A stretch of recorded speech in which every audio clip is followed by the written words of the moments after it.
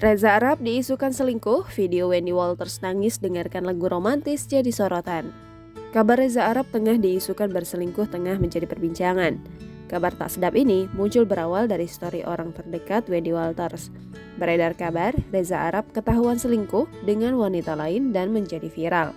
Melansir dari Tribun Sumsel, sebuah tangkapan layar akun Victoria Makeup Atelier bersama Wendy mengenai komentar bahwa Reza tidak mungkin selingkuh diunggah di Twitter. Sementara dalam story, ia menyematkan keterangan bahwa istri Reza Arab ini dinilai hebat.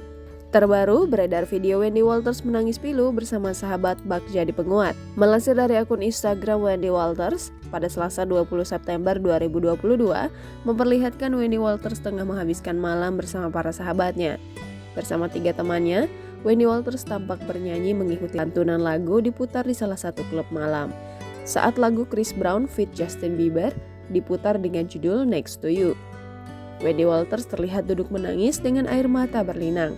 Para rekannya yang melihat hal tersebut lantas memberikan pelukan dan mengelus kepala Wendy Walters bak memberikan semangat.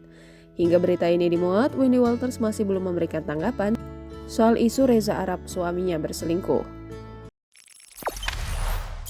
Jangan lupa subscribe, share, komen, dan like ya!